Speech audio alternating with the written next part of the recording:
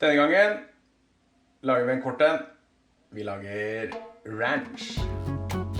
Og ranch er jo i utgangspunktet crème fraîche og majones med litt smakstilsetninger som gjør den god. Her kan du egentlig trylle litt selv, så her tror jeg ikke vi skal gå så veldig nøye inn på hvor mye det har vært krydder, for her kan du smake deg til underveis. Men det vi gjør, vi begynner med litt majones.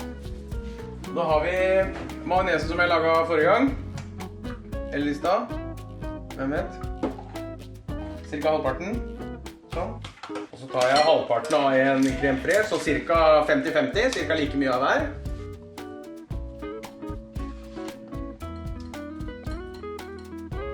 Så blander vi det først. Og her nå kan du jo bare begynne da. Hvis du skulle hatt denne her for eksempel på en burger eller en type chips eller noe, så går det an å ta ketchup oppi nå og smaksette det. Men vi skal lage en liten en god base her også.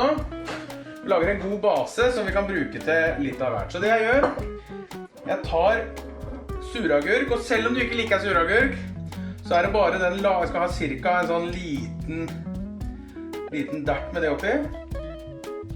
Det er ganske mye smak i, så der trenger vi ikke ha så fryktelig mye.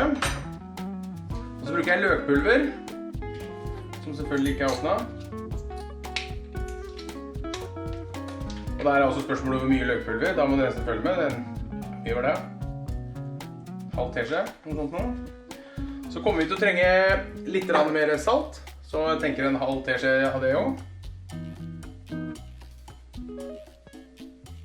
Sånt. Og så tar vi litt tørka persille oppi. Se for meg en halv en der også. En halv spiseskje cirka. Og gressløk. Her tar jeg også tørka gressløk. Justere da.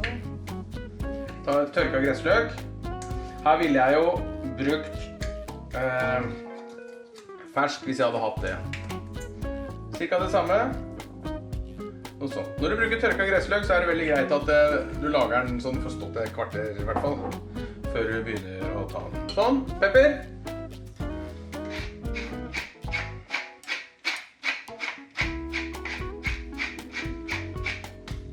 Og bland. Sånn.